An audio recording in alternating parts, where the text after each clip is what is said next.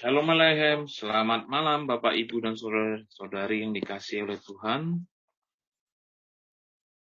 Baik, seperti biasa ya, setiap malam hari Rabu jam 10 malam WAFM Apologetics mengadakan acara ini, Muslim bertanya, Alkitab menjawab. Khusus malam hari ini dengan narasumber kita Pak Bram akan mengusung tema atau topik di manakah kiblat Kristen. Saya sapa dulu narasumber kita ya malam hari ini. Selamat malam Pak Bram. Selamat malam, Shalom Aleichem semuanya. Ya, kita akan segera mulai nih Pak Bram dengan suasana hati yang gembira, senang. Kita akan mendengarkan materi dari Pak Bram. Sebelumnya Pak Bram, boleh kami minta kesediaan Pak Bram untuk buka dengan doa Pak Bram? Baik, mari kita berdoa terlebih dahulu supaya Tuhan menuntun acara kita ini dari awal sampai akhir. Kita berdoa. Segala puji dan syukur, hormat, kemuliaan semata-mata hanya bagi-Mu ya Allah yang kami muliakan di dalam Tuhan kami Yesus Kristus. Pada malam hari ini kembali Kau memberikan kesempatan bagi kami untuk boleh mengungkapkan kebenaran-Mu bagi setiap orang pada saat malam hari ini. Kami berdoa supaya Roh Kudus menuntun pikiran, menuntun mulut, sehingga apa yang Engkau taruh di dalam pikiran dan mulut kami lah yang kami ungkapkan. Mari Engkau tuntun acara ini, moderator, semua yang terlibat, biarlah Tuhan sendiri akan menolong sehingga semua boleh mengerjakan tugasnya dengan baik. Kalau bentuk roh jahat yang ingin menghambat jalannya acara ini, dalam nama Yesus kami ikat dan kami tolak. Terima kasih Bapa, biarlah otoritas Allah saja yang ada di sini dan menolong kami untuk menyajikan kebenaran firman-Mu. Tuhan urapi hamba-Mu secara khusus untuk berbicara atas nama-Mu dan firman-Mu. Sehingga apa yang hamba sampaikan dapat mencerahkan setiap orang, menguatkan saudara-saudara seiman bagi yang belum percaya Roh Kudus jamah, agar mereka pun diberkati. Terima kasih serahkan acara ini dari awal, pertengahan, sampai akhirnya di dalam nama Tuhan Yesus Kristus. Haleluya. Amin. Amin. Waktunya kami persilakan kepada Pak Bram untuk menyampaikan segenap materi yang berkaitan dengan topik kita malam hari ini. Di manakah kiblat Kristen? Kami persilakan Pak Bram. Baik, sekali lagi Shalom Aleichem untuk kita sekalian, baik yang ada di dalam room maupun yang ada di ruang chat. Semoga saudara sehat-sehat semuanya dalam perlindungan dan tuntunan daripada Tuhan kita Yesus Kristus. Saya berdoa kiranya Roh Kudus membuka pikiran kita masing-masing agar yang sudah percaya kepada Yesus Kristus imannya semakin dikuatkan, bagi yang belum tahu supaya mengetahui, dan bagi saudara-saudara yang belum percaya kepada Yesus Kristus buka hati dan pikiran untuk boleh menerima kebenaran ini. Baik, tema kita pada malam hari ini, di manakah kiblat Kristen? Ini dalam pertemuan minggu lalu, seorang partisipan Muslim menanyakan hal ini dan menuntut supaya orang Kristen itu harus punya kiblat atau basis, ya, karena orang Majus yang datang menyembah Yesus maka seharusnya basisnya di daerah orang Majusi. Atau Yesus karena lahir di Bethlehem maka basisnya harus di Bethlehem. Nah, jadi beliau ini yang ingin untuk orang Kristen seperti itu, ya, memberikan pertanyaan ini, mengapa Kristen tidak berpusat atau mengapa Kristen tidak berbasis di Majusi dan di Bethlehem, tempat Yesus lahir. Nah, dia membandingkan dengan Islam yang karena lahir di Mekah, ya, maka basisnya sekarang itu di Mekah, tepatnya di Saudi Arabia. Karena nabinya lahir di sana dan membawa Islam, maka basisnya seperti itu. Nah, saya percaya bahwa ini bukan hanya pemikiran saudara yang tidak salah, saudara Pandi, ya. Dia bukan hanya seorang tunggal punya pemikiran seperti ini, melainkan ini sudah menjadi pemahaman universal di kaum Islam yang tentu ini merupakan polemik bagi mereka. Ya, makanya kemana-mana ada kesempatan mereka menanyakan berulang kali, sekalipun sudah dijelaskan secara detail, mereka tetap berulang kali. Jadi hari ini mereka menanyakan di sini, nanti besok mereka ketemu dengan orang Kristen lain, mereka tanyakan lagi, nanti lusa mereka menanyakan orang lain di tempat yang berbeda. Jadi mereka terus bertanya. Mereka sebenarnya tidak butuh jawaban, tetapi hanya bertanya sebagai seorang polemikus. Jadi mereka tidak butuh jawaban kita, maka jawaban kita itu sebagus apa, sedetail apapun, mereka tidak akan terima itu. Karena mereka bukan butuh jawaban, mereka hanya bertanya. Gitu. Nah, karena mereka sudah punya jawaban sendiri, sehingga setiap penjelasan yang tidak sesuai dengan kunci jawaban yang tersimpan di otak mereka, yang mereka adakan sendiri atau mereka ciptakan sendiri, mereka rancang sendiri, maka jawaban yang diberikan tidak diterima. Jawaban yang diberikan harus persis titik komanya. Kalau tidak, mereka gitu.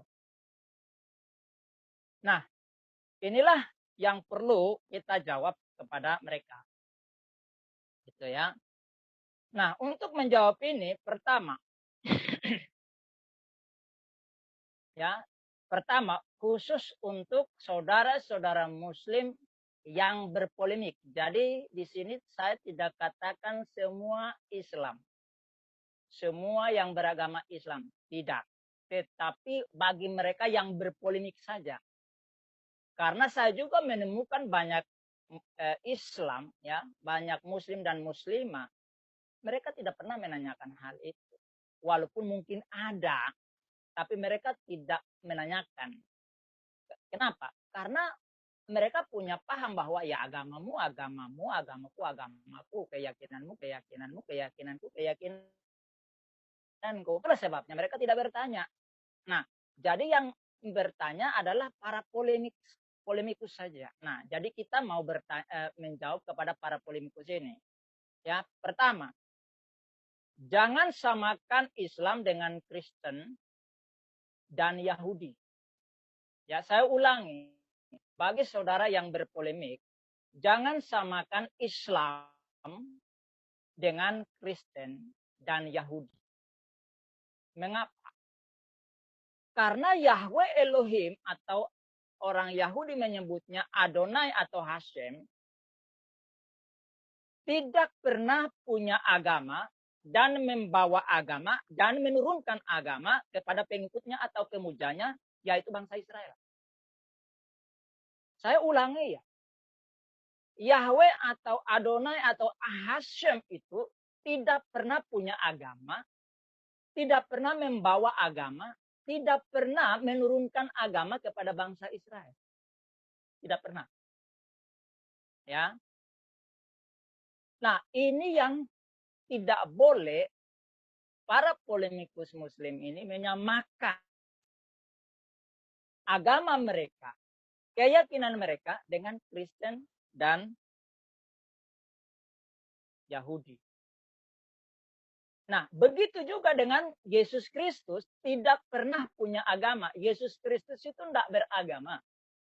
Dan tidak membawa agama atau menurunkan agama kepada followernya atau pengikutnya yang memuji dan menyembah dia. Ya, ingat baik-baik. Yesus itu enggak beragama. Masa Tuhan beragama? Yang beragama itu manusia yang berupaya untuk mencari Tuhan.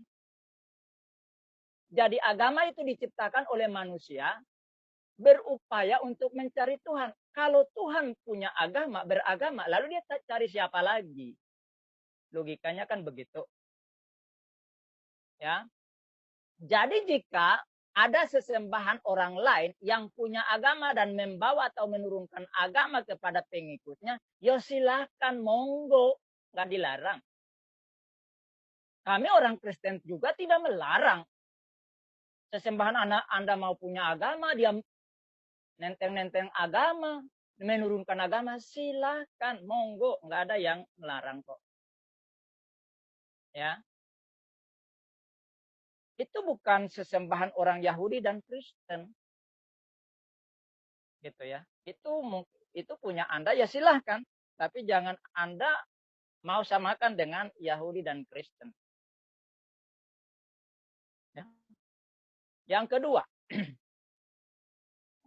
karena pertanyaannya itu ditujukan kepada Kristen, ya maka kita jawab sesuai dengan konteks kekristenan. Kalau Yahudi, biarlah Yahudi yang menjawab itu. Kalau mereka bertanya kepada Yahudi, biarlah Yahudi yang menjelaskan kepada mereka.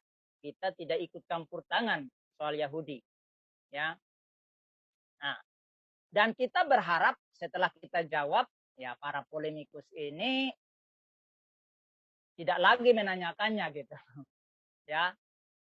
Kalau masih menanyakan, ya maka jalan satu-satunya mereka harus ikut Yesus. Agar Yesus membuka pikiran mereka, agar mereka mengerti apa yang kita jelaskan. Kalau tidak, mereka tidak akan mengerti. Mengapa? Hal ini dikatakan oleh firman Tuhan. Di dalam Lukas pasal yang ke-24, ayat 43 sampai 45, brother. Ya. Injil Lukas pasal 24, ayat yang ke-43 sampai 45, itu tentang peristiwa kebangkitan Yesus, namun para murid ini masih bingung. Yesus itu bangkit apa tidak? Kok mayatnya hilang? Nah, jadi menjadi pemikiran bagi para murid. Di sana dikatakan begini. Ia mengambilnya dan memakan mata mereka. Jadi bercerita tentang dua murid yang pulang ke Emmaus. Di tengah jalan mereka didatangi oleh satu sosok yang mereka tidak kenal. Padahal itu Yesus. Lalu singkat cerita mereka sampai di Emmaus, mereka mungkin mampir di warung kopi ya, kalau seperti sekarang ini mampir di rumah makan, lalu mereka makan, lalu Yesus mengambil roti, kemudian memakannya di depan mata mereka. Ya, ayat 44. Ia berkata kepada mereka, inilah perkataanku yang telah kukatakan kepadamu ketika aku masih bersama-sama dengan kamu. Yakni bahwa harus digenapi semua yang ada tertulis tentang aku dalam kitab Taurat Musa dan kitab Nabi-Nabi dan kitab Mazmur.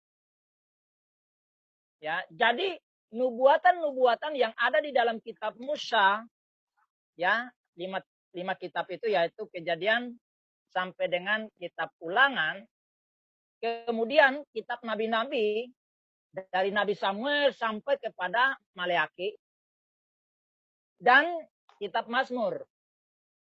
Kitab Mazmur ini bukan ditulis oleh satu orang, tapi oleh beberapa orang.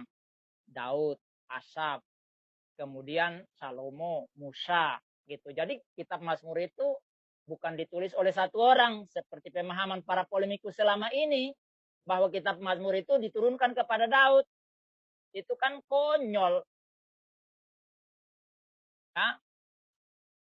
Nah, ayat 45. Lalu ia membuka pikiran mereka sehingga mereka mengerti kitab suci. Nah, setelah Yesus buka pikiran mereka, baru mereka mengerti apa yang diajarkan Yesus sebelum dia mengalami kematian lewat penyaliban.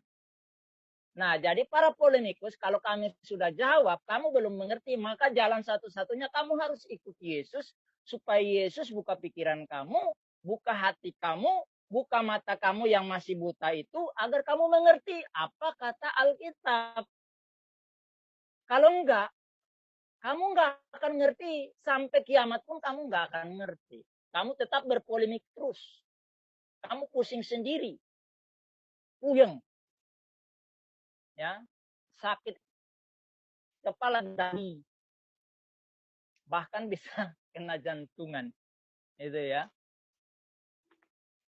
Nah, sebagaimana logika para polemikus ini, khususnya saudara Pandi persoalkan itu, bahwa karena nabinya lahir dan berasal dari Mekah atau Saudi Arabia, maka basisnya di sana sehingga sekarang. Nah, ini logikanya, betul. Ya, logika dia. Nah, oleh karena itu, mari kita memakai logika ini untuk menjawab mereka. Ya. Nah, pertanyaannya di mana basis Kristen? Kenapa bukan di Majusi atau di Bethlehem?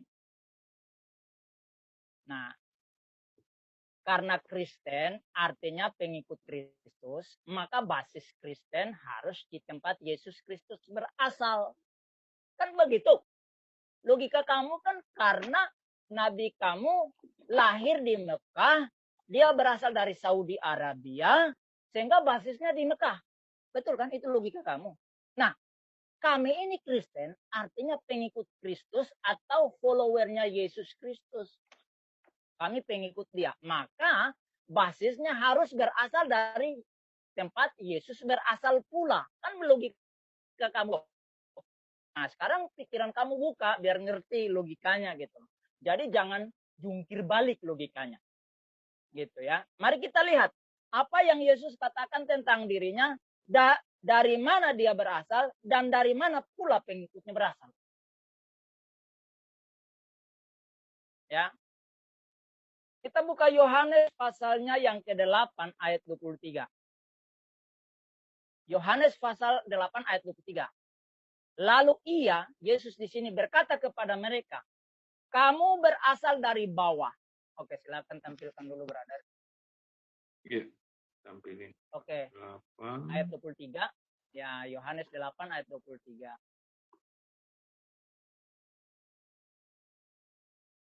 Ya, silakan Pak. Saya ulangi ya. Lalu ia berkata kepada mereka, ini Yesus berkata kepada orang-orang Farisi dan ahli-ahli Taurat, kepada orang-orang Israel yang menolak dia. Ya. Kamu berasal dari bawah, artinya berasal dari bumi ini. Aku berasal dari atas, dari langit, dari sorga. Kamu dari dunia ini, aku bukan dari dunia ini. Jadi Yesus bukan berasal dari dunia, bukan berasal dari Bethlehem. Ya. Ingat, Yesus bilang dia bukan berasal dari dunia. Kalau kita berasal dari dunia. Ya. Jadi karena Yesus bukan dari dunia, maka basis Kristen tidak boleh di dunia. Yesus berasal dari atas, maka basis Kristen harus di atas. Kalau Yesus datang dari sorga, berarti basisnya harus dari orang Kristen, basisnya di sorga. Kan begitu? Ya. Yohanes pasal 15 ayat 18. Silakan, brother. Yohanes pasal 15 ayat 18.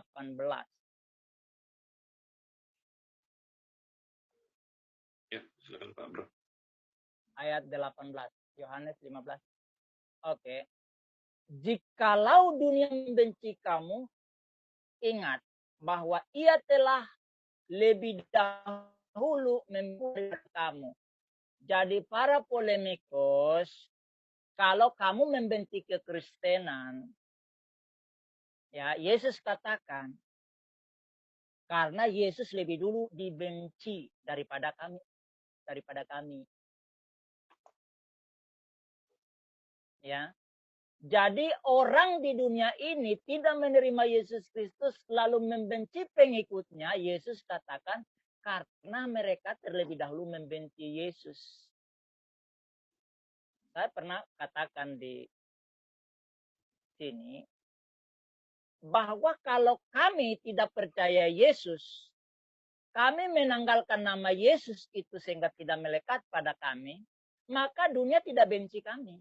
Dunia membenci kami karena nama Yesus. Orang membenci kami bukan karena kami, tapi karena Yesus. Karena kami ini melekat pada Yesus, memakai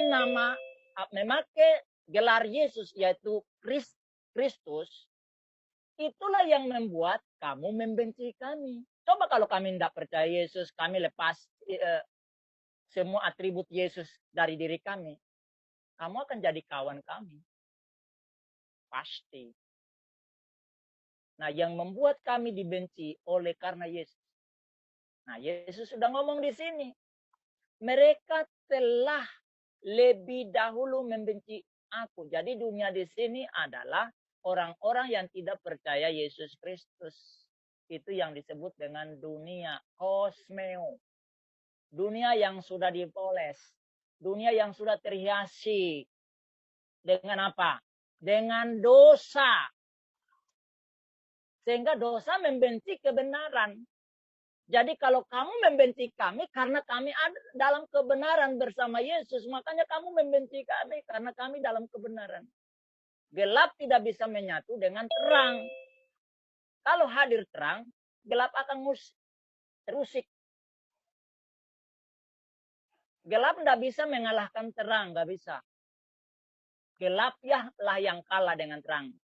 Nggak pernah ada gelap datang itu terang hilang, enggak. Terang datang gelap langsung hilang.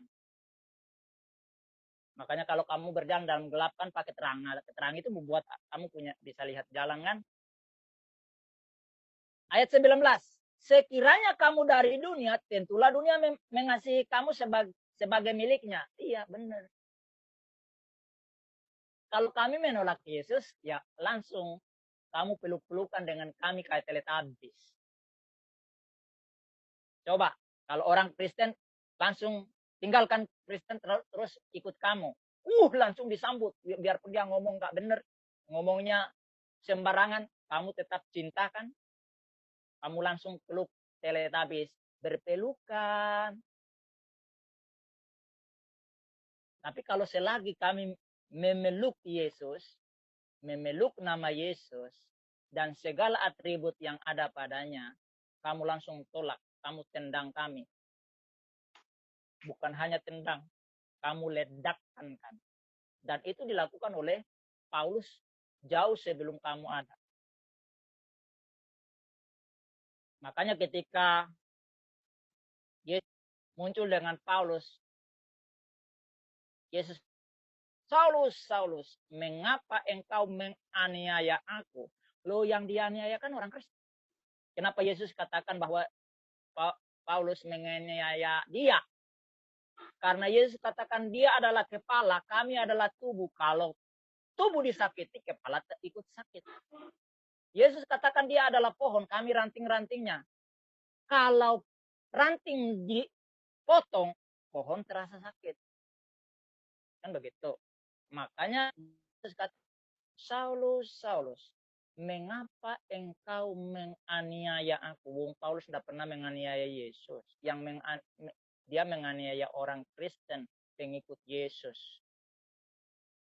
Jadi ketika kamu benci kami, kamu menyakiti kami, kamu sedang membenci Yesus dan menyakiti Yesus. Ya. Tetapi karena kamu bukan dari dunia, melainkan aku telah memilih kamu dari dunia, sebab itu dunia membenci kamu. Jadi Yesus katakan kami bukan dari dunia. Lalu dari mana kami? Kan begitu. Kami dari dunia tetapi telah dipilih untuk menjadi bagian dari Yesus. Kalau kamu dipilih enggak ya?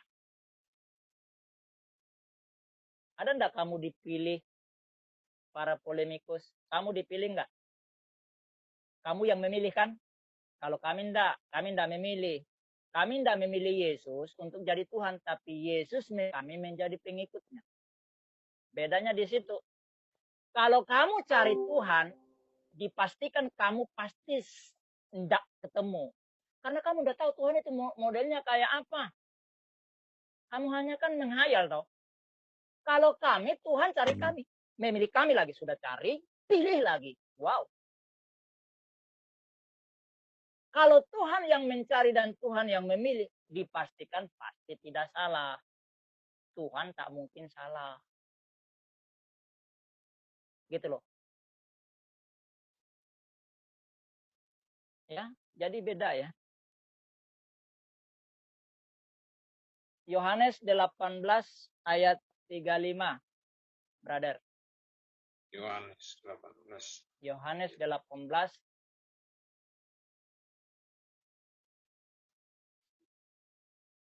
ayat 35 dan 36.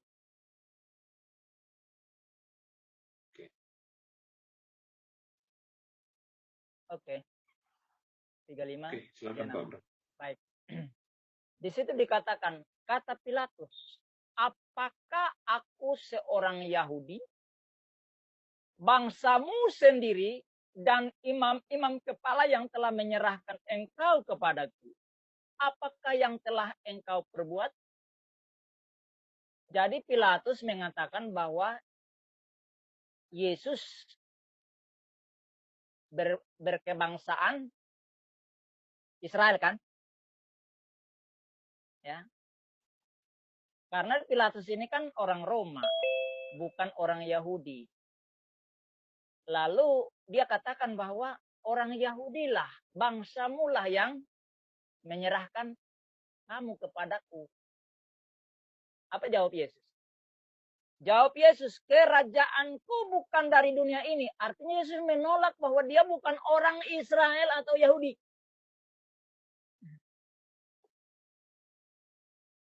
Ya, dia menolak. Dia katakan, kerajaanku bukan dari dunia ini. Jika kerajaanku dari dunia ini, pasti hamba-hambaku telah melawan. Ya pasti dong orang Yahudi melawan Pilatus. Faktanya justru mereka yang serahin. Ya. Supaya aku jangan diserahkan kepada orang Yahudi. No. Jadi Yesus bilang, kerajaanku kalau berasal dari dunia, aku nggak mungkin diserahkan kepada orang Israel atau Yahudi. Akan tetapi kerajaanku bukan dari sini. Bukan dari Israel. Ini loh Yesus yang ngomong ya. Ya, Yesus klaim bahwa dia bukan berbangsa Yahudi. Walaupun dia lahir di tengah-tengah orang Yahudi, dari orang Yahudi yaitu Maria, ya, Maria ibunya. Tetapi dia bukan gen orang Yahudi. Kalau dia gen orang Yahudi, keturunan leluhur daripada Yahudi, pasti dong dia mengakui bahwa dia orang Yahudi atau Israel. Tapi di sini Yesus bilang tidak. Kerajaanku bukan dari Israel sini. Jadi kamu para polemikus ini harus baca Alkitab dengan baiklah. Jangan hanya kamu cari-cari ayat cocok-cocokin dengan paham kamu. Lalu kamu buat siasat untuk menyerang. Ayat Alkitab itu sendiri akan menyerang kamu balik. Karena Alkitab itu dapat menjawab apapun pertanyaan kamu. Alkitab itu yang akan membela dirinya sendiri tanpa kami pun dia bisa bela dirinya sendiri. Kami hanya mengungkapkannya saja. Baik, Yohanes pasalnya yang ke-14 ayat mulai dari ayat 1, brother.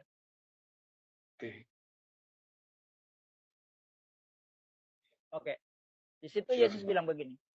Janganlah gelisah hatimu, percayalah kepada Allah, percaya juga kepadaku. Jadi Yesus bilang, kamu percaya Allah, tapi percaya sama saya juga. Di rumah Bapakku banyak tempat tinggal. Jika tidak demikian, tentu aku mengatakannya kepadamu. Sebab aku pergi ke situ untuk menyediakan tempat bagimu.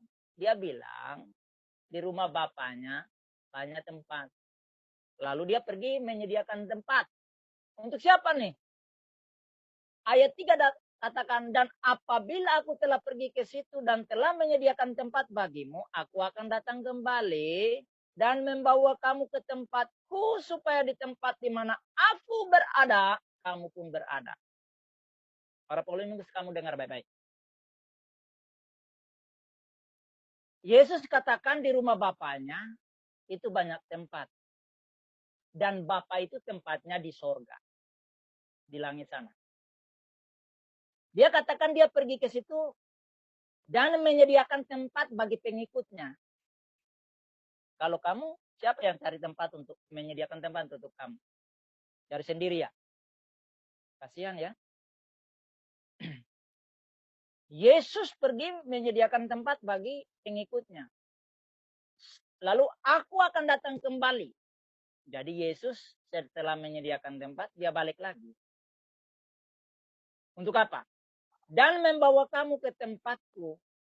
Jadi, kami tidak pergi sendiri, tapi dijemput, brother. Kamu dijemput enggak?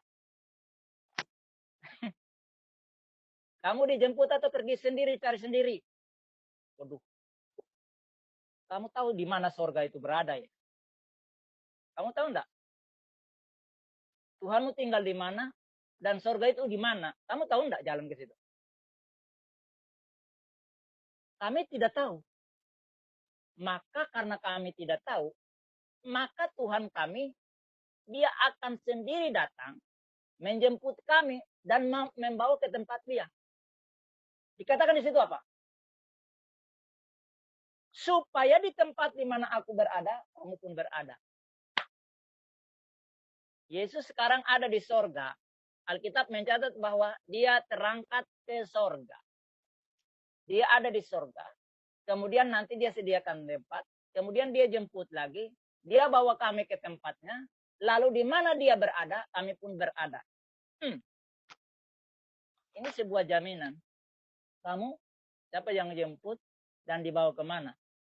Kamu tahu enggak? Siapa yang jemput kamu dan dibawa kemana? Tinggal sama siapa? Kamu tahu enggak? Jangan-jangan kamu jadi orang bingung. Makanya jangan jadi orang berpolemik melulu. Kamu cari tahu, aku nih kalau nanti mati siapa yang jemput, aku pergi juga kemana, lewat mana, gitu.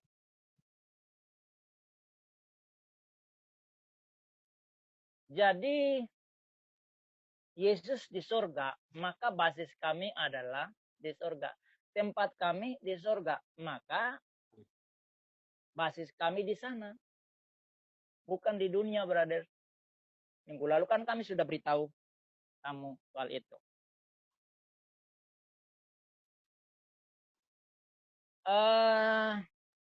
2 Korintus 5 ayat 1, brother. 2 Korintus 5 ayat 1.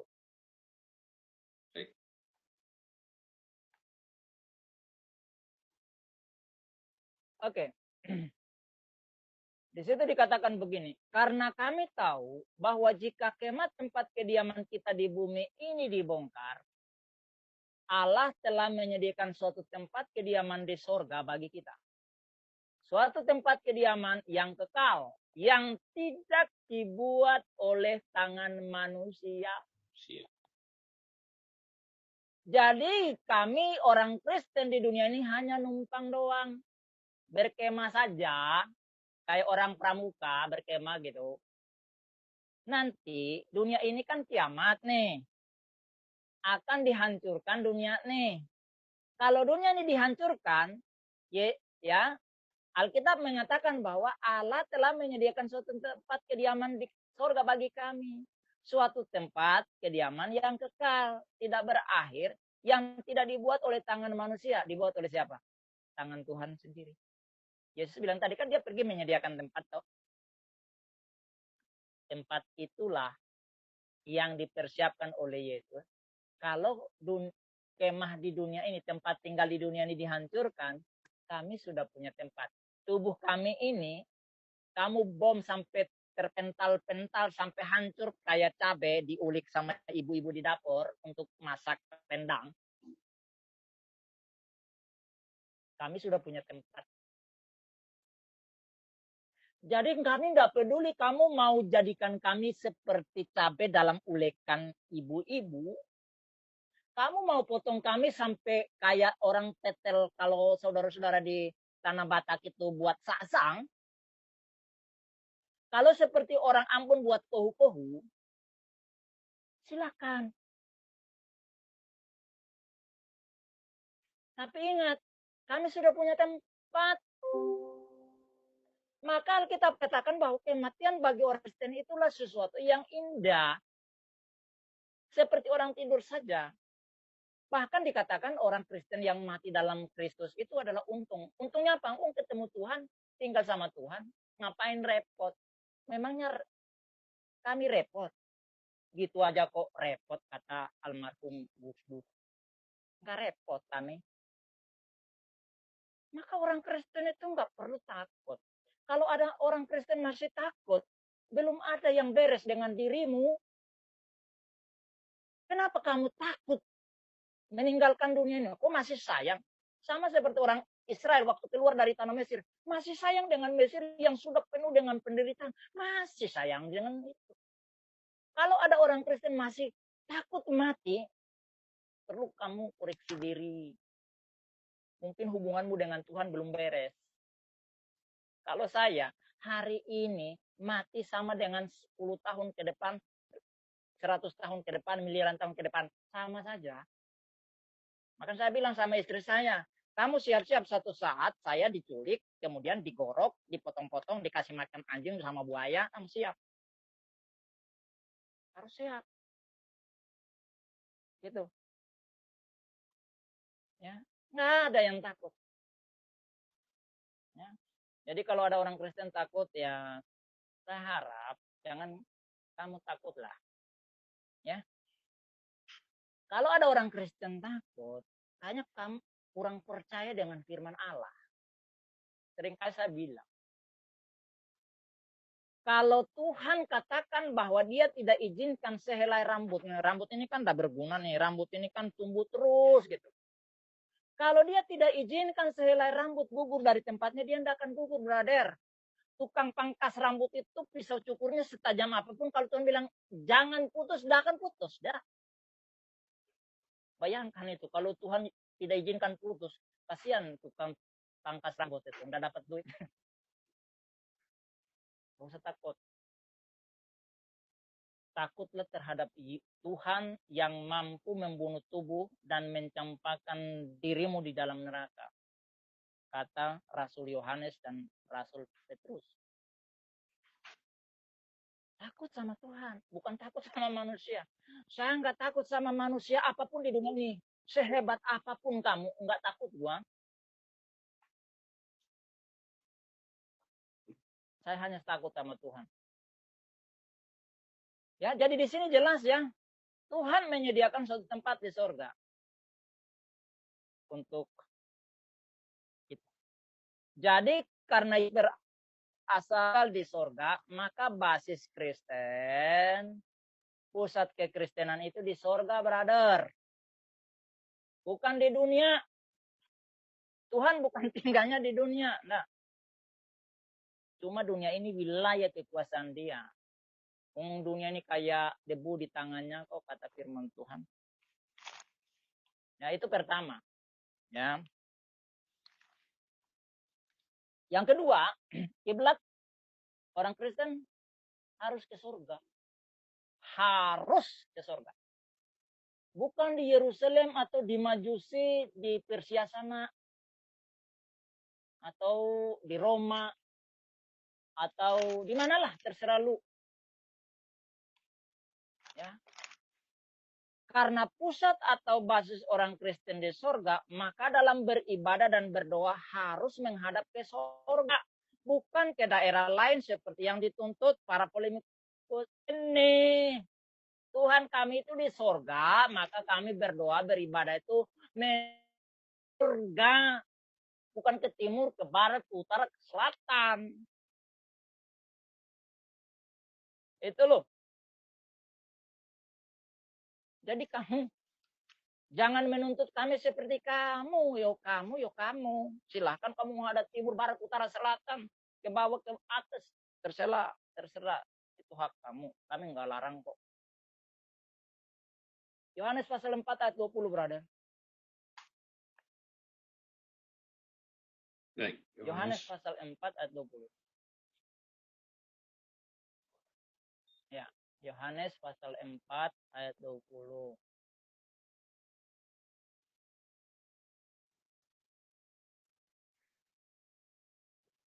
Yohanes pasal 4 ayat 20. Yes. Ini konteksnya dialog antara Yesus dengan seorang perempuan Samaria, seorang perempuan nakal ya, seorang perempuan panggilan lah, SK kalau sekarang ini. Di situ dikatakan nenek moyang menyembah di atas gunung ini, tetapi kamu katakan bahwa Yerusalem tempat orang menyembah. Jadi ini perkataan Yesus pada perempuan itu bahwa selama ini kan orang mengatakan bahwa orang menyembah itu kiblatnya ke Yerusalem.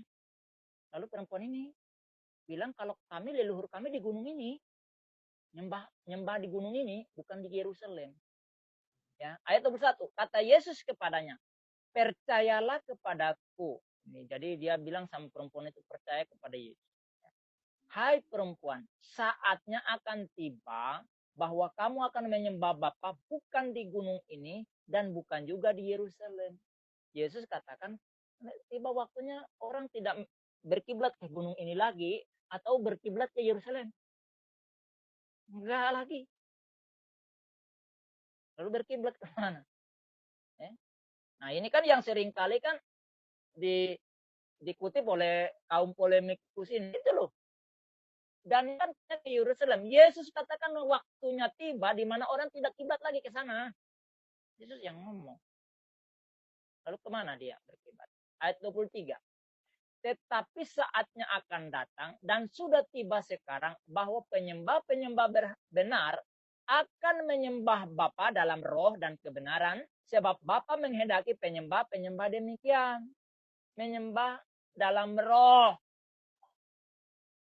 Bukan menyembah hadapnya ke Yerusalem.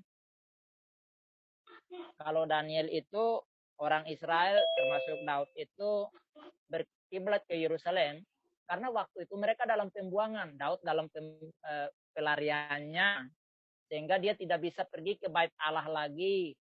Dia jauh dari Yerusalem, dia ada di tanah Filistin. Daniel ada di Persia, ya, ada di Babelonia, karena buang ke sana, ya, jadi orang buangan. Kangen dong sama kampung halamannya. Jadi ketika mereka menghadap ke Yerusalem itu rasa mereka sedang mengobati diri mereka kangen dengan kampung halamannya.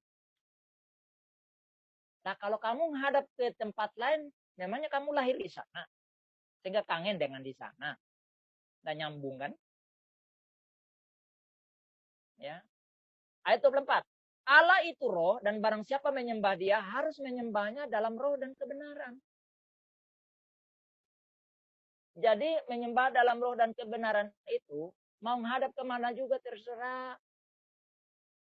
Nggak ada satu arah yang harus dituju. Namanya juga roh. Roh itu kan angin. Ruah itu kan angin arti letterleknya. Kemana terserah dia mau niup. Mau berhembus. Nggak bisa diatur. Sama orang kalau menyembah dalam roh itu. Menghadap kemana saja terserah dia. Sesuka-suka dia. Tuhan kan nggak dibatasi. Dengan satu arah. Seolah-olah kalau di sana arah ke timur. Arah ke barat. Arah ke utara. Karena Tuhan ada di utara. Tuhan ada di selatan. Namanya Tuhan itu roh ya ada di mana-mana. Ya. Nah. Lukas pasal 9 ayat 16, brother. Lukas pasal 9 ayat 16. Ya, ayat 16. Baik. Yes. Oke, di situ dikatakan, dan setelah ia mengambil 5 roti dan 2 ikan itu, ia menengadah ke langit, menengadah ke timur, ke barat, utara, dan selatan. Tapi ke langit. Kata langit di sini menggunakan bahasa Yunani Uranos. Uranos itu langit. Kalau dalam terjemahan lain di sini dipakai langit, tetapi juga dipakai untuk istilah sorga, tempat menyenangkan, tempat tinggal Allah bertakhta.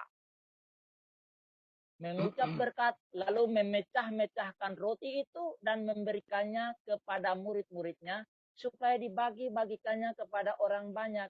Jadi Yesus sendiri menengadah ke langit doa. Bukan ke bawah, bukan juga ke timur, ke barat, utara, dan selatan. Tapi ke langit. Kenapa? Karena dia berasal dari sono, basisnya dari sono, harus kiblatnya ke sono. Yesus nggak pernah nyanyi-nyanyi ya di gereja. Ini dengan siapa? Oke, bentar ya. Silakan lanjut Om Godek.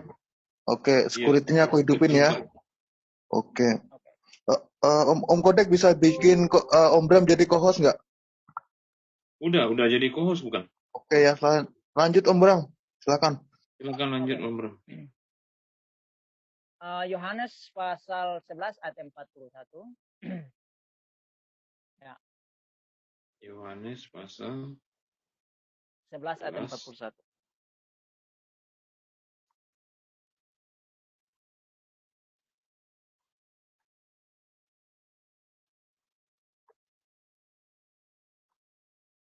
Oke, Yohanes pasal 11 ayat 41. Silakan Pak Bram. Maka mereka mengangkat batu itu, lalu Yesus menengadah ke atas dan berkata, Bapa, aku mengucap syukur kepadamu karena engkau telah mendengarkan aku. Ini kasusnya, konteksnya Yesus menghidupkan Lazarus dari kematian ya. Jadi di sini Yesus menengadah ke atas, ke langit. Lagi-lagi bukan ke timur, ke barat, utara, selatan. Tapi ke atas, ke langit. Ya. Kemudian Yohanes 17 ayat 1. Brother. Yohanes 17 ayat 1. Oke, silakan Pak Bram. Ya. Demikianlah kata Yesus. Lalu ia menengadah ke langit dan berkata, Bapa, telah tiba saatnya, permuliakanlah anakmu supaya anakmu mempermuliakan engkau. Jadi lagi-lagi Yesus berdoa menengadah ke langit. Jadi Yesus memberikan contoh, kiblatnya adalah sorga, ke langit. Bukan ke Yerusalem, bukan ke Bethlehem, apalagi ke Majusi. Kagak nyampung, brother. Ya. Kemudian Matius pasal 6 ayat 6. Matius pasal 6 Ayat 6.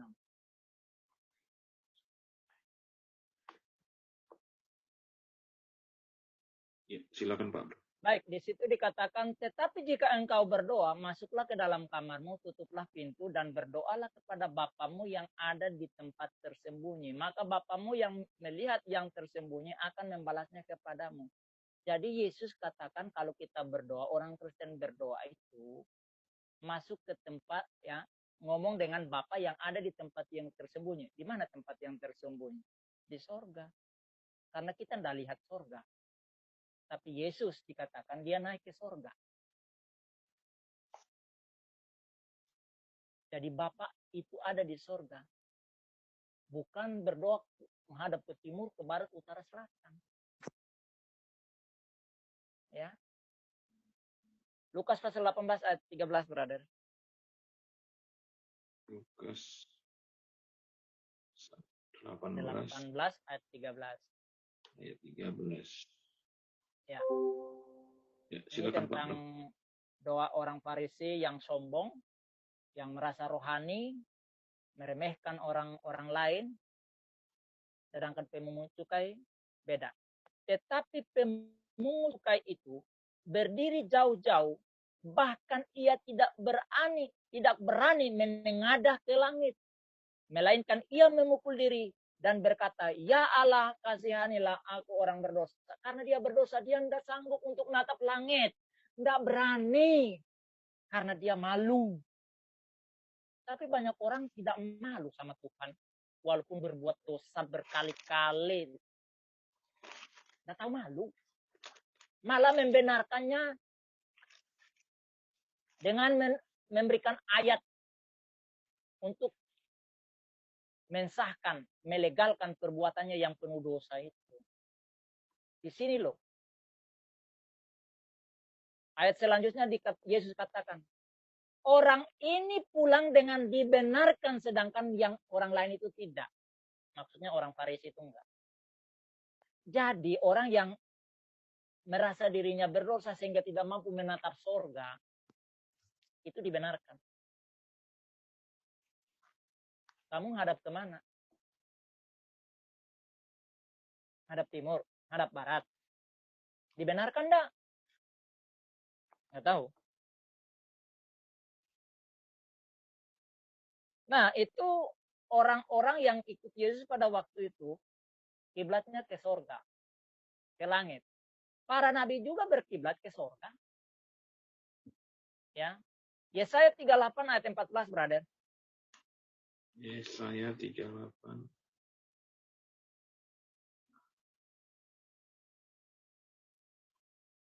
Ayat berapa Pak Bram? Ayat 14. Ayat 14. Ya. Ya. Nah, dikatakan Silakan. seperti ini. Seperti burung layang-layang, demikianlah aku menciap-ciap. Seperti suara merpati. Mataku habis menengadah ke atas. Bukan ke timur, ke barat, utara, atau selatan lagi. Ya Tuhan, pemerasan terjadi kepadaku. Jadilah jaminan bagiku. Jadi Yesaya itu hanya dah habis-habis. Mengadah, melihat, menatap. Langit. Di atas sono. Ini Nabi Yesaya. Nabi besar. Yesaya ini adalah salah satu nabi besar. Bukan karena badannya gede. Tetapi karena masa tugasnya itu panjang. Dalam 3 periode raja. Ya, ada 3 pergantian raja. Dia menjadi nabi. Maka disebut sebagai nabi besar. Umat Israel juga berkiblat ke sorga, bukan ke Yerusalem. Ayat 21 berada Yesaya 8, 21. Yesaya 8. Yesaya 8. Ya, Yesaya 8 ayat 21. Ayat 21 ya Pak Bram. Ya. Ya, silakan, dikatakan di situ, mereka akan lalu lalang di negeri itu, melarat dan lapar.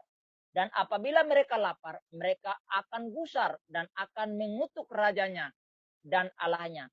Mereka akan menengadah ke langit. Nah itu. Jadi mereka berdoa itu menengadah, menengok ke langit. Ini orang Israel. Jadi orang Israel bukan menengadah ke Yerusalem. Enggak. Yesus katakan waktunya tiba. Mereka harus mau tidak mau menengadah ke langit, ke surga sana. Kiblatnya ke surga. Jadi kalau orang Yahudi tidak kiblatnya ke sorga, nah, tuh salah dia. Ya.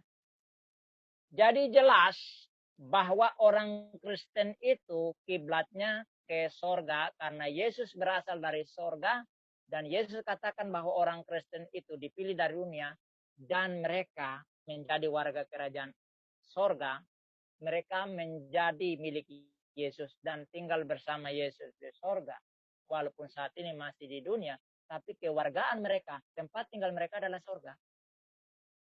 Maka, kalau berdoa, beribadah, kiblatnya ke langit. Bukan ke mana-mana. Jadi orang Kristen itu kalau berdoa itu mau menghadap ke timur, menghadap ke tenggara, ke barat daya, timur laut. Silakan. Enggak masalah. Tetapi mereka menengadanya ke langit. Makanya orang Kristen itu, kamu kan udah lihat kalau orang Kristen itu kalau berdoa kan begini kan. Gini, haleluya. Ya kan? Itu. Kalaupun mereka menunduk, karena mereka merasa malu, tak layak ngadap ke langit, malu, karena mereka penuh dosa. Maka mereka menunduk, tapi hatinya ke langit. Hatinya ke Tuhan. Gitu.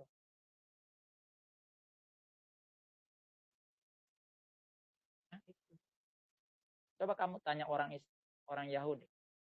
Pasti mereka bilang Tuhannya ada di sorga. Ya kalau Tuhannya di sorga, ya mereka pasti kiblatnya ke sorga.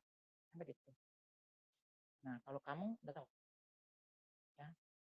Nah mungkin itu teman-teman yang bisa saya paparkan kepada kita bahwa kita sebagai orang Kristen nggak usah terpengaruh dengan orang para pengikut ini yang tidak tahu apa-apa ini tapi sok tahu. Lalu mereka ingin untuk menuntun kita untuk mengikuti pola pikir mereka. Ingat, Tuhan dari sorga, maka kita pengikut Kristus, maka kiblat kita adalah sorga. Ya. Kita ke sorga. Hati, pikiran kita arahkan. Mata rohani kita arahkan ke sorga. Bukan kemana-mana. Ya. Untuk saudara tadi yang nyela, kita tidak sedang membahas topik Yesus muji Tuhan atau tidak. Itu ada dalam topik lain, nanti kita bahas. Ya. Tapi kita sedang membahas kiblat orang Kristen itu kemana. Jadi kalau kamu nanya, itu nanya tentang kiblat, bukan nanya tentang pujian. Itu ya. Nah gitu. Mungkin itu saja yang bisa saya paparkan kepada kita. Semoga memberkati kita. Mungkin teman-teman yang Kristiani yang ingin menambahkan, silahkan untuk boleh menyampaikannya kepada kalian. Tuhan Yesus memberkati. Silakan Bro Kodek. Iya, makasih Pak Bram yang telah memaparkan semua materi yang berkaitan dengan topik tema kita malam hari ini. Di manakah kiblat Kristen? Baik, teman-teman ada yang di meeting Zoom pada malam hari ini. Berbuka kesempatan bagi Anda sekalian ya, yang mau bertanya, kami persilakan.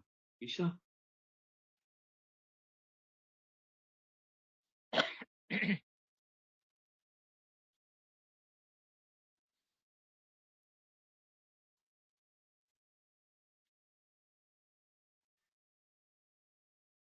Sebelum ke teman-teman nih. Jadi, buat yang mau bertanya bisa present dulu ya. Nah, ada baiknya juga ya. Silakan teman-teman yang mau bertanya, present dulu.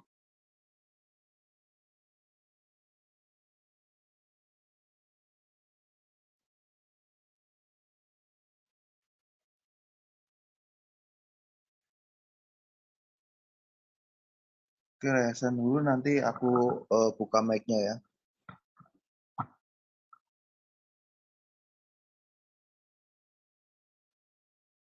Nah, Laila present tuh. Silakan. Mengapa Muslim menuntut supaya orang Kristen punya kiblat juga seperti mereka? Karena ini bukan bertanya sih ya, ini mungkin hanya tanggapan atau masukan. Mengapa orang Islam bertanya seperti itu? Karena ya emang dari kecil kita selalu dididik sholat itu harus menghadap kiblat. Dimanapun kita pergi, ya sholat harus menghadap kiblat.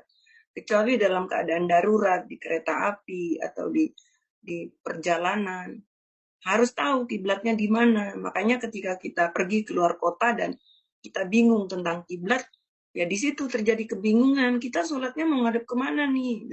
Itu dulu yang saya alami ya.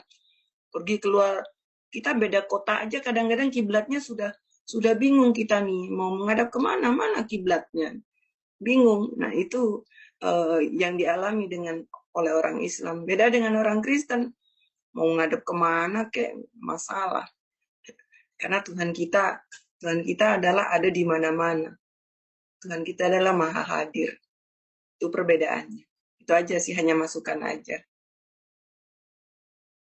Ya, kasih. Oh iya, ini Ibu Laila ketika menyampaikan itu saya agak senyum tadi karena saya punya pengalaman waktu itu, waktu saya masih di Kalimantan, masih lajang, dan saya tugas di pedalaman Kalimantan. Lalu kalau kita ke sana kan naik kapal ya lewat Sungai Mahakam ya. Jadi ada rekan Muslim sholat gitu, pas maghrib kan sholat dia. Jadi tadinya arah kapal itu memang sedang menuju barat gitu, karena alur sungainya kan ke arah barat ya. Jadi dia sholat, dia menghadap ke barat gitu. Dia taruh syahadanya itu, kemudian dia sholat. Oke, jadi karena dia di palka kapal ya, di belakang. Nah, oke, kami ada di sekitar situ. Lalu sampai di tikungan di pemutaran sungai itu, kapalnya berputar lewat sungai itu, akhirnya menghadap ke timur. Jadi kapal kan sekarang menghadap ke timur, dia sholatnya kiblatnya ke timur. Jadi saya itu mau tertawa, tapi nanti dipikir ngolok gitu kan. Jadi saya tahan rasa tawa saya, tapi malah orang-orang yang tidak sholat di situ tertawa. Itu lihat kawan itu katanya, sekarang lah kiblatnya kemana gitu. Ya akhirnya saya langsung ketawa lah gitu kan. Saya bilang biar bro, bilang gitu. Ya namanya orang lagi sholat, ya dia mau hadap kemana juga biarin. Kenapa kamu ketawa gitu kan? Nah jadi aku ingat itu makanya ketawa senyum saya itu. Ya silakan teman-teman yang lain. Itu sedikit ini aja, mengingat aja. Gitu.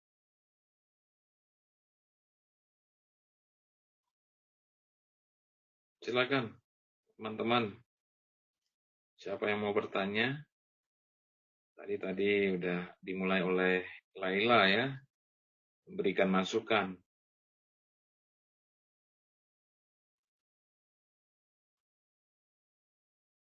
Boleh raise hand untuk kami mengetahui Bapak Ibu atau saudari sedang akan bertanya maksudnya.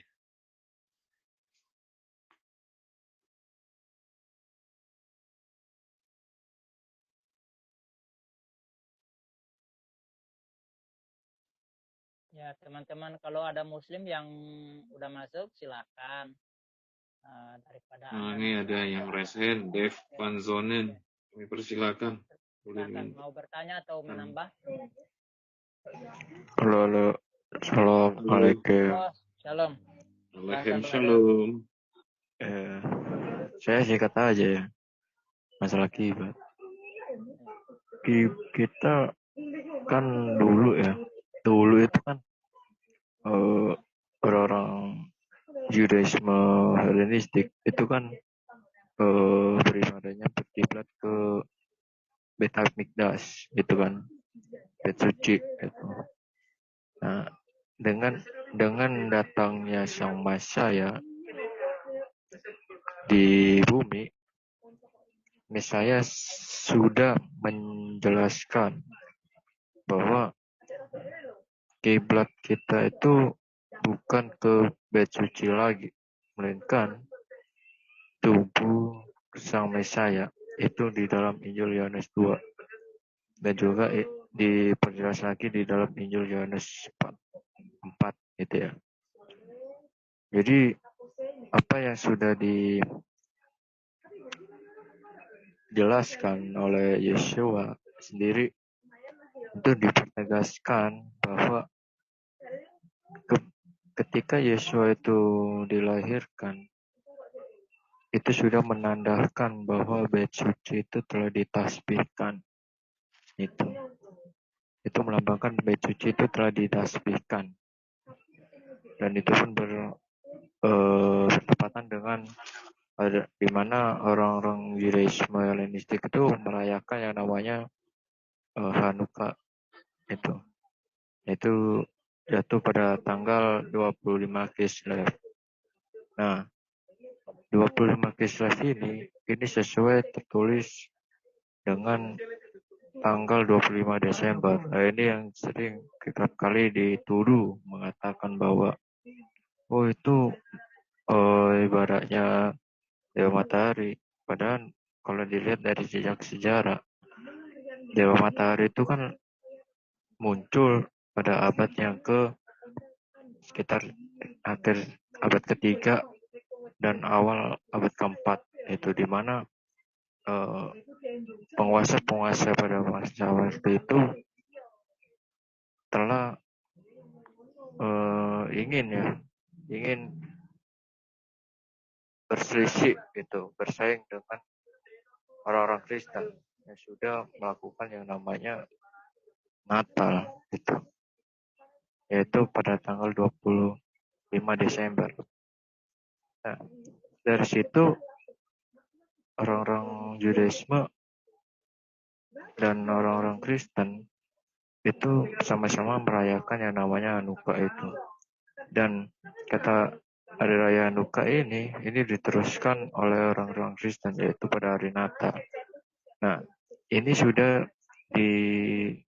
dinyatakan di dalam diri Yesus sendiri yang mengatakan bahwa rombaklah bait suci ini, maka 3 hari aku bangun pada hari yang ketiga.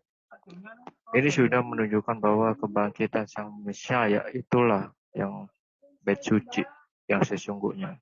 Jadi bait suci bukan untuk bangsa Israel saja, melainkan bait suci untuk segala bangsa.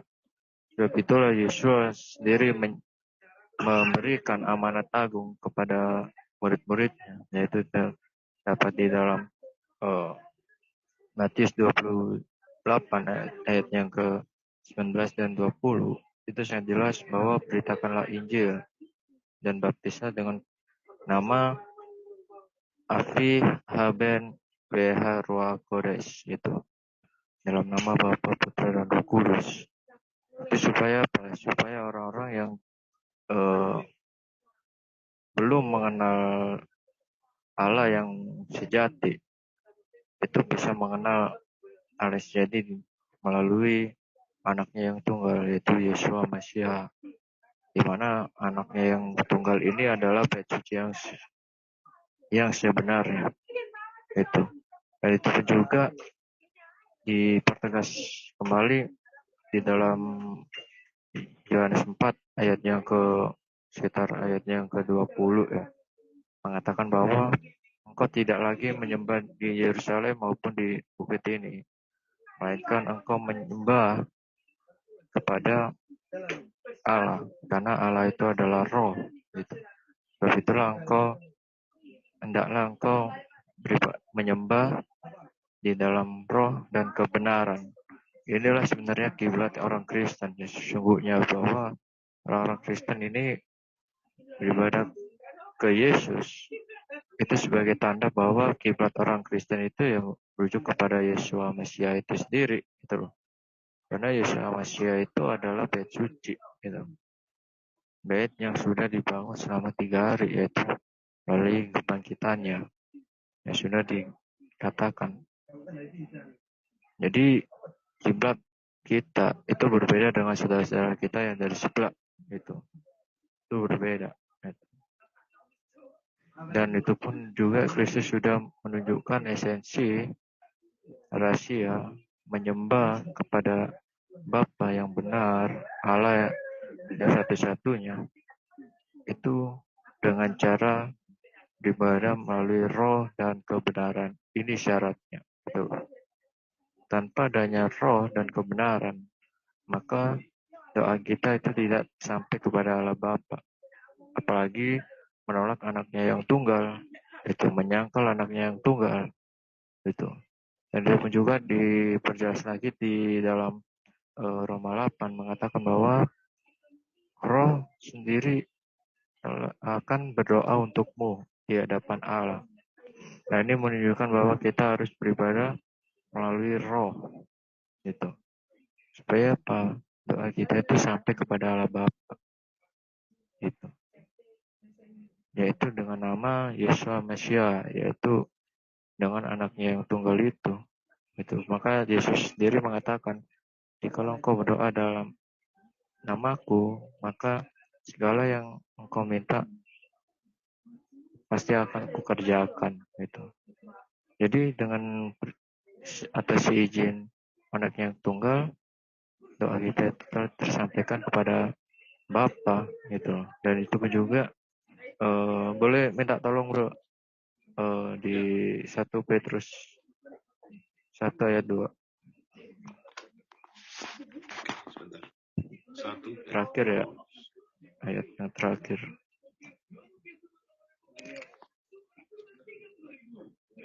1 Petrus 2 tadi ya bro. 1 Petrus 1 ayat 2.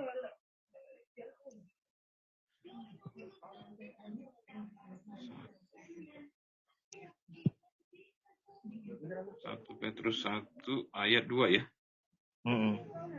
Oke, silakan bro. Nah, di sini dikatakan, yaitu orang-orang yang dipilih sesuai dengan rencana Allah Bapa kita yang dikuduskan oleh Roh, yaitu Roh Kudus, supaya taat pada Yesus Kristus Yeshua Mesias dan menerima percikan darahnya, kiranya kasih karunia dan damai sejahtera makin melimpah atas kamu. Jadi sangat jelas itu. Nah inilah yang bisa melibatkan yang namanya doktrin Trinitas. Itu bro, sesuai apa yang Yesus katakan, yaitu di dalam Matius 28 ayat yang ke-19. Itu aja sih kalau dari saya.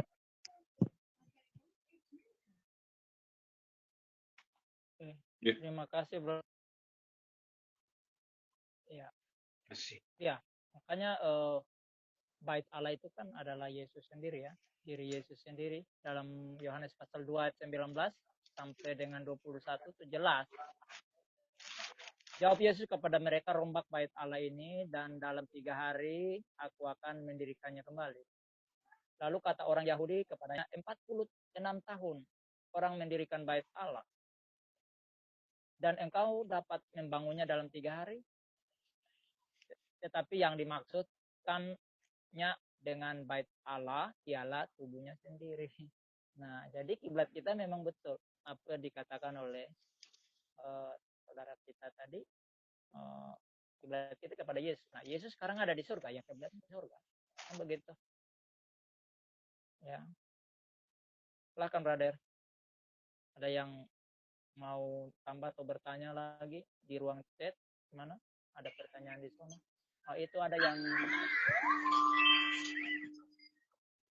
itu Yesus. Lihat, Yeshua is God.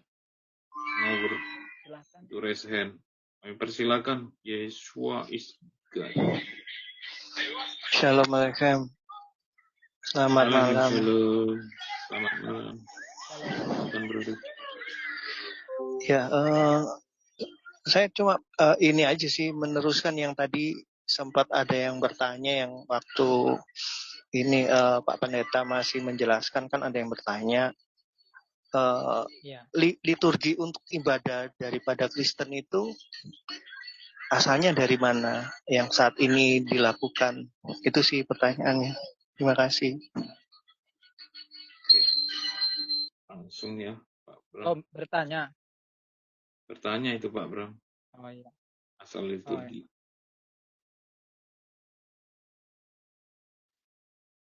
Bentar ya. Liturgi itu dibuat oleh manusia supaya dalam ibadah itu ada ketertiban. Bukan Tuhan yang turunkan dari langit atau menyuruh kamu harus begini dan begitu. Kalau orang Yahudi itu banyak aturan. Kalau Yesus tidak pernah memberikan sebuah aturan baku untuk diikuti. Kalau dalam perjanjian lama ada banyak aturan, ya. Bagaimana orang datang membawa korban itu ada banyak syarat, dan kalau kita baca itu pusing sendiri kita dan tidak mampu untuk orang lakukan itu. Pak Bram, begitu. Boleh suaranya lebih dikuatkan, dikeraskan apa? Kencangin. Kurang keras. Iya, kurang keras. Perlu Iya. Gimana? deket mic. Udah jelas? Belum. Oke. Boleh didekatkan mic-nya ke arah bibir atau mulut, Pak Bram. Ya. Gimana? Sudah? Silakan, Pak Bram. Nah, itu mantap. Udah jadi. Mantap.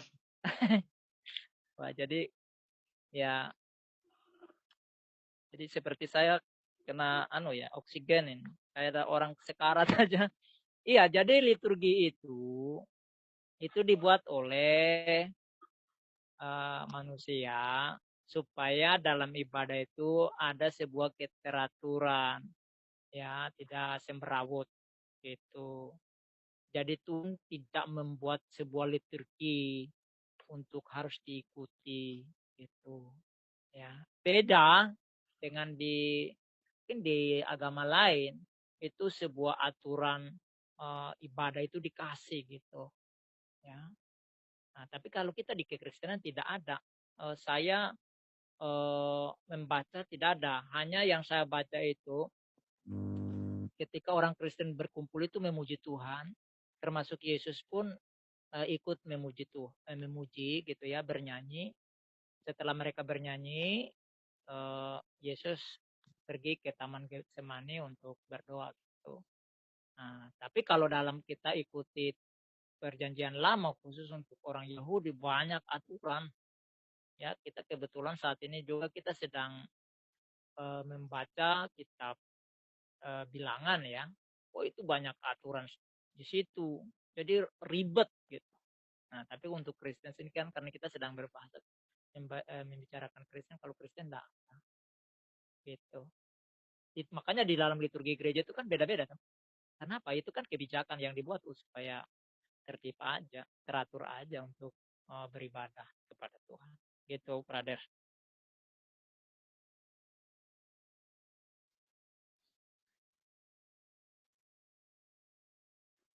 Ya, masih ada waktu nih. Persilakan teman-teman, Bapak Ibu yang mau bertanya. Raise hand yo.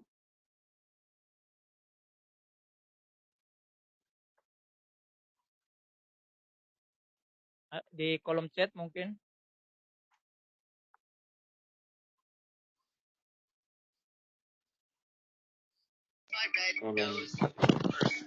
Iya, saya boleh tanya kembali? Boleh ya Pak Bram? Boleh lah. Silakan. Mungkin backgroundnya dimatiin dulu Pak Yesua biar kita jelas apa yang dibicarakan. Dengar suara saya? Ya, dengar. Iya. Tentang ibadah liturgi itu. Saat pertama kali murid-murid daripada Yesua itu saat Yesus sudah naik ke surga. Nah, itu apa yang dilakukan oleh murid-murid Yesua? Liturginya itu seperti apa yang dilakukan? Tidak ada di dalam Alkitab ditulis secara terperinci mereka cara beribadah apa. Tetapi yang kita lihat itu mereka berkumpul ya ke Bait Allah. Ya, waktu itu mereka sama beribadah bersama-sama dengan orang Yahudi di Bait Allah. Otomatis liturgi yang mereka ikuti sama dengan liturgi yang dilakukan oleh para imam di sana. Ya, setelah itu mereka pulang. Tiap-tiap hari itu mereka berkumpul di rumah mereka, masing-masing bergilir. Lalu mereka memecahkan roti untuk mereka makan dan mereka menyanyikan pujian. Kemudian para rasul itu menyampaikan ajaran-ajaran berdasarkan apa yang diajarkan oleh Yesus kepada mereka. Itu saja. Jadi tidak ada sebuah liturgi yang secara detail itu ditulis di dalam Alkitab. Begitu. Nah, jadi para bapak-bapak gereja ini membuat kebijakan untuk membuat liturgi. Gitu. Nah, itu mulai dari gereja-gereja ortodok ya, ortodok timur. Nah, itu. Jadi kalau kita tanya kalau saudara-saudara kita di ortodok itu mereka lebih detail ya karena mereka punya catatan-catatan yang mereka simpan dengan rapi gitu. Makanya ritual-ritual yang dilakukan oleh saudara-saudara di seberang itu juga kan banyak dari situ kan ambilnya gitu. Gitu brother. Karena yang saya tahu itu waktu masa Yesus pun mereka hanya berkumpul kemudian mereka menyanyikan pujian kepada Tuhan, habis itu ya Yesus pun pergi dengan murid-muridnya untuk berdoa gitu. Jadi tidak ada sebuah aturan yang baku yang ditulis di Alkitab ya untuk kita. Maka itu butuh itu kan hal-hal yang tersirat yang tinggal dikembangkan untuk bagaimana memuji Tuhan. Jadi itu hal yang tidak penting kalau kita lihat di dalam Alkitab ya. Nah, gitu. Itu brother.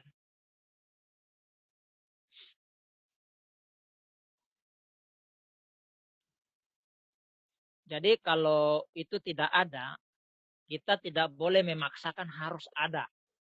Gitu. Nah, itu berarti kita sedang mencoba untuk kayaknya Tuhan itu belum sempurna memberikan firman sehingga kita mencoba untuk menambah. Nah, kenapa kitab apokrifa itu muncul?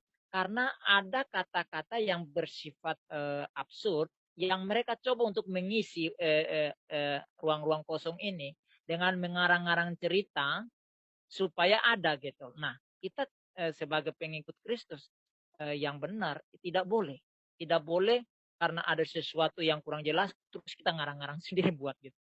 Jangan sampai itu terjadi. Makanya terjadi banyak bidat itu di situ. Banyak kitab apokrifa itu di situ. Contoh usia Yesus 12 tahun sampai dengan usia 29 tahun itu kemana aja dia. Nah, karena ini ada ruang yang kosong, mereka mencoba untuk mengarang cerita untuk mengisi ini. Mereka berasumsi, oh, mungkin Yesus seperti ini gitu. Sehingga mereka menceritakan. Nah, itu akhirnya jadi cerita dongeng gitu, cerita dongeng yang kita sebut sebagai cerita dongeng gitu. Tuh kan. Itu brother. Jadi kalau tidak ada jangan kita paksa ada ya. Masalahnya nanti kita salah. Begitu. Silakan. Apakah masih ada? Iya, Pak Bram. Nih melalui chat ada ucapan terima kasih dari Yeshua is God. Oh ya, terima sama-sama brother. Ya. Lalu ini ada chat dari Agus. Kisah Para Rasul 1 ayat 12 pasal 1 ya. Kisah Para Rasul pasal 1 ayat 12 sampai 14 ya. Maka kembalilah rasul-rasul itu ke Yerusalem. Iya, Kisah Para Rasul pasal 1, Pak. Oh ya.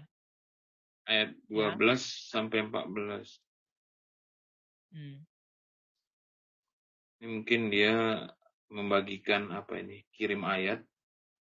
Tapi apakah mau bertanya atau mau bagaimana? Mungkin langsung bisa dengan suara mungkin ya. Pasal 1 ayat berapa tadi berarti? Ayat 12 sampai 14. 12 ya. Oke, 12 sampai Rasul-rasul menanti ya. Ya. Nah, di situ kan mereka Alkitab mengatakan bahwa mereka berdoa ya. Selama 3 hari itu mereka berdoa. Selama 10 hari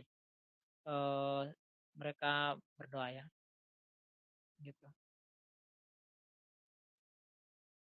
Jadi tidak dijelaskan di situ mereka itu apa ibadah, ada puji-pujian, ada penyembahan, tapi di situ dibilang berdoa. Berarti kan ya karena mereka menantikan janji Yesus ya untuk mengirim Roh Kudus itu. Jadi mereka menanti dengan berdoa. Nah, makanya saudara-saudara kita di Pentakosta dan Karismatik, khususnya Pentakosta itu mereka setiap kali kenaikan Yesus mereka berkumpul selama 10 hari untuk berdoa menantikan pencurahan Roh Kudus gitu. Mereka biasanya lakukan itu. Gitu. Maksudnya dengan menampilkan ayat itu di chat, beliau ini mau menjelaskan yang konkret dan juga anti kodrati. Kita bebas ibadah Ya. Iya, jadi orang Kristen itu ibadahnya itu bebas. Mau tepuk tangan, mau diam, mau apa, bebas. Tuhan tidak melihat cara kita kok. Dia lihat hati.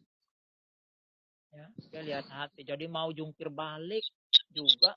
Bahkan saya bilang begini, kalau kamu pun berdoa, kepala di bawah, kaki di atas, dalam pandangan kita nggak sopan kali. Masa murid menghadap Tuhan? Memangnya Tuhan lihat itu? Enggak. Tuhan lihat hati. Tuhan udah lihat bentuknya itu. Misalnya kamu nih lagi jatuh dari pohon, terus kepalamu di bawah, terus Tuhan tolong saya. Apa nggak sopan itu? Atau kamu lagi di rumah sakit karena kakimu patah, terus digantung, terus kepalamu di bawah, terus kamu berdoa sama Tuhan. Tuhan bilang, nggak sopan lu. Masa kakimu di atas? Kamu sujud. Gitu. Ya itu gimana itu kan? Nah, jadi Tuhan tidak melihat bentuk posisi kita seperti apa. Tuhan lihat hati, manusia lihat fisik gitu. Tuhan lihat hati.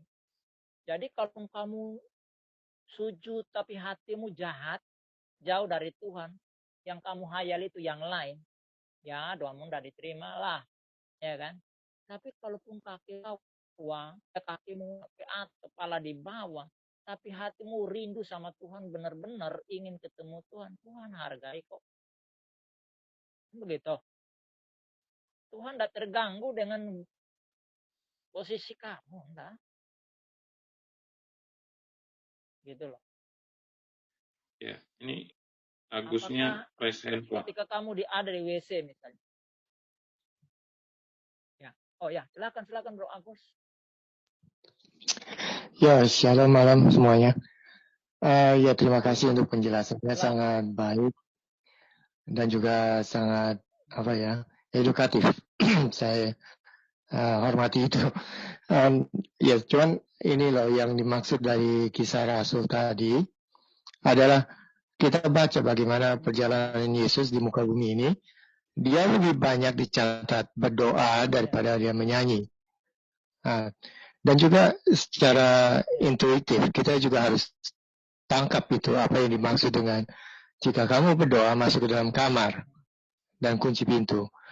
Maksud dari semua ini, biarpun ada orang cacat, orang tidak bisa bergerak, orang yang dipenjarakan, orang yang istilahnya ditindas, baik itu secara fisik atau secara mental, mereka tidak diikat untuk roh mereka. Nah, ini juga yang menjadi yang normal. Janganlah malas menggerakkan kaki untuk signal beliau terganggu ya. Suaranya agak ini, Agus. Signal beliau Bro Agus bermasalah dengan signal.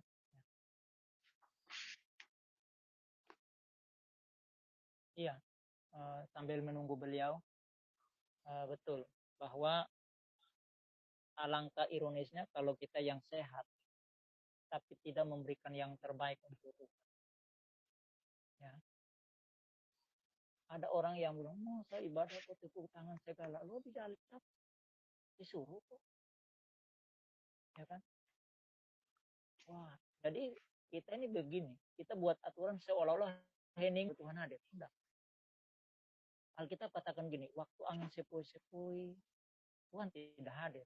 Tapi ketika angin puting beliung, Tuhan hadir. Jadi begini, Tuhan itu tidak bergantung kepada cara kita. Karena dia mau hadir. Waktu ini dia hadir. Waktu Pak Bram, kita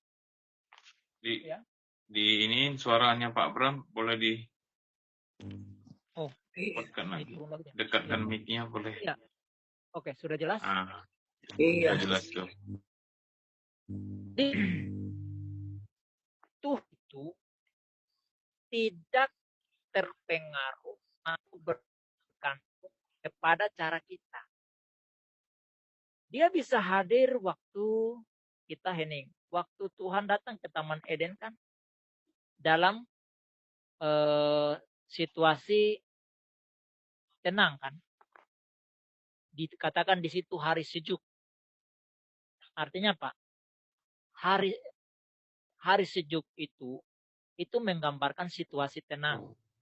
Ya kan?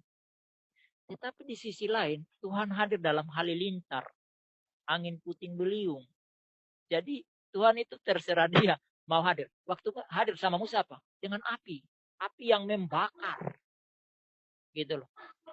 Jadi Tuhan itu mau hadir kapan saja, sesuka-sukanya dia. Makanya ada satu pujian kan yang dikarang oleh Pak Erastus Sabdono itu.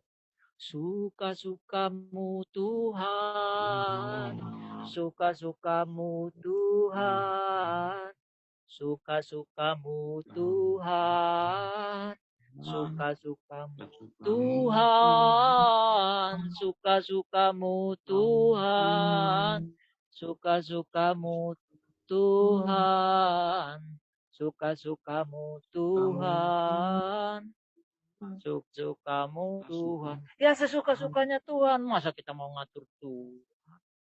Kalau Tuhan yang mau diatur itu, waduh, itu Tuhan gembel itu.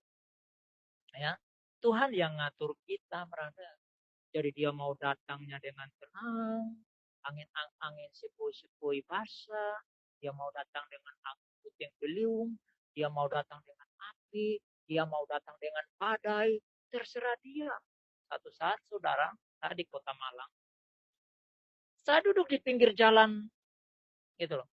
Nah, motor saya taruh di bengkel. Mobil itu lalu lalang kan, terus klakson karena macet kan, pip. Saya duduk di luar sambil nunggu. Saya katakan, engkau sungguh baik. Manusia sedang cari apa? Tuhan itu jamah saya. Nangis di pinggir jalan itu. Mungkin orang yang lihat itu pikir ini orang gila. Nangis, dada hujan, dada angin, kok nangis? Ya Tuhan itu hadir dalam hiruk pikuk begitu. Anda harus datang berlutut menyembah. Ya haleluya Tuhan. Sambil nangis-nangis dibuat-buat pula. Enggak. Tuhan itu butuh kerinduan kita. Ketika kita ngomong memang kita sangat butuh dia hadir. Dia ada di mana-mana untuk kita. Gitu loh. Nah, jadi jangan kita buat aturan ya. Aturan untuk Tuhan. Tuhan yang buat aturan untuk kita. Oke, silakan Brother. Ini Pak Agus sudah masuk belum ini? Belum? Iya. Kasihan beliau signalnya.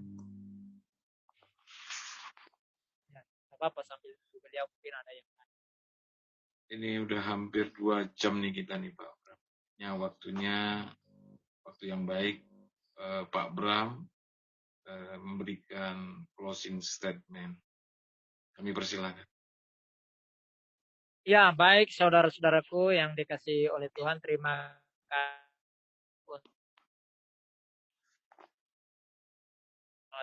kasih.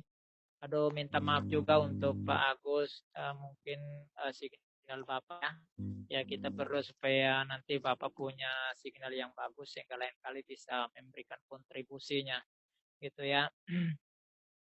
Jadi kita sekarang sebagai orang Kristen sudah tahu bahwa kiblat itu dilakukan kepada siapa kiblat itu disampaikan, ya.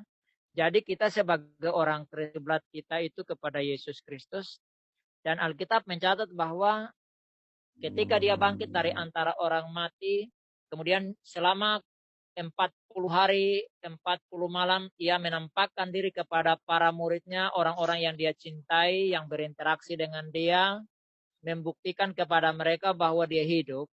Lalu dia dikatakan bahwa dia naik ke sorga, disaksikan oleh ratusan mata yang menyaksikan, dan para saksi mata itulah yang menulis apa yang dilakukan, dikatakan, dan orang-orang yang berinteraksi dengan Yesus pada waktu itu, yang tercatat dengan rapi di dalam perjanjian baru untuk kita ketahui. Sehingga Yesus sekarang ada di sorga, tempat dia bertakhta, pusat kerajaannya.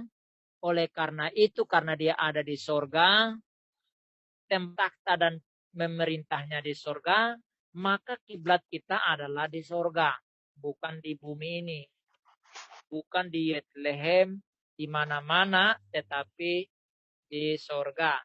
Jadi dalam kita berdoa, ya, menghadap ke mana saja, hati kita, mata rohani kita, semua eksistensi kita kerahkan untuk menghadap ke sorga, tertuju ke sorga di mana tempat kita, Tuhan kita berada.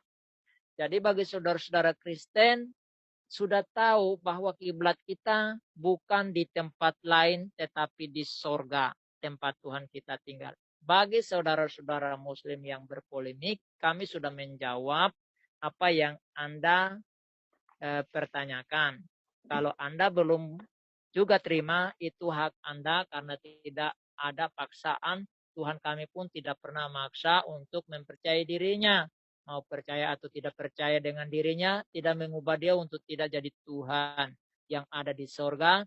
Kelak dia akan datang kembali menjemput kami, ya, untuk dibawa ke sana. Baik lewat kematian yang kita lewati maupun waktu akhir dunia ini.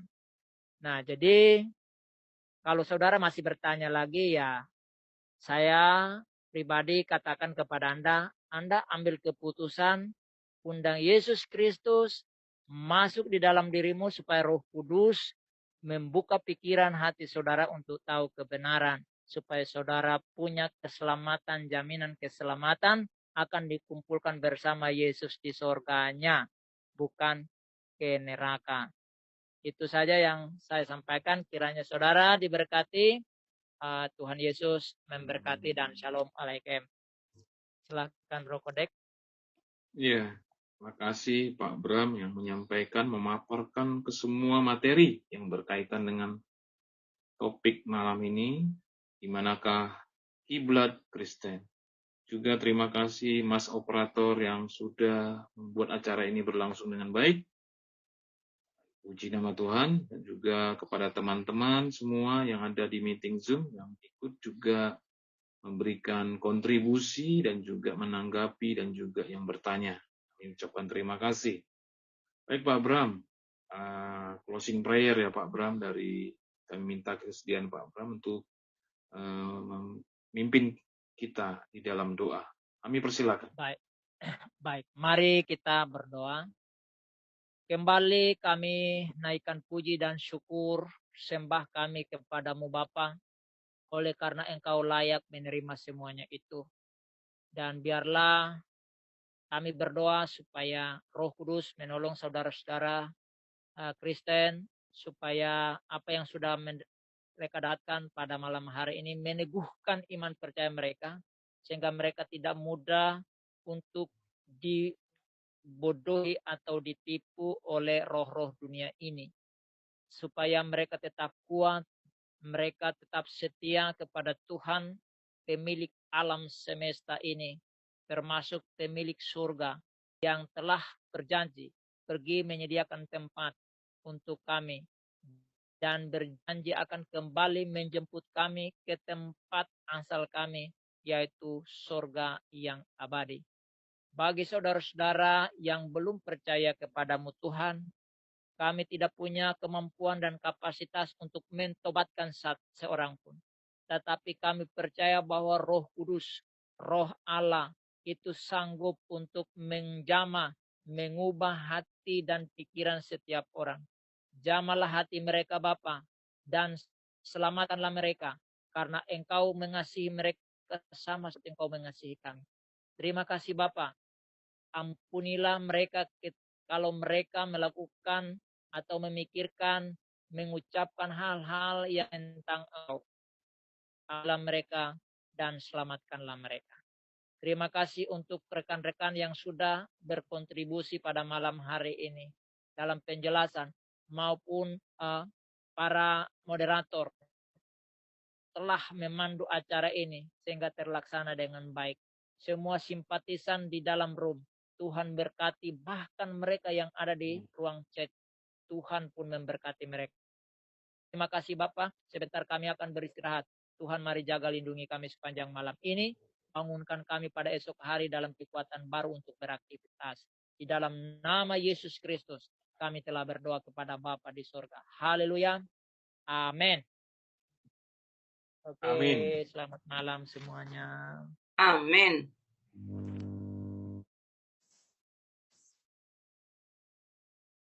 Kok ganti nama Bu Laila aja? Suka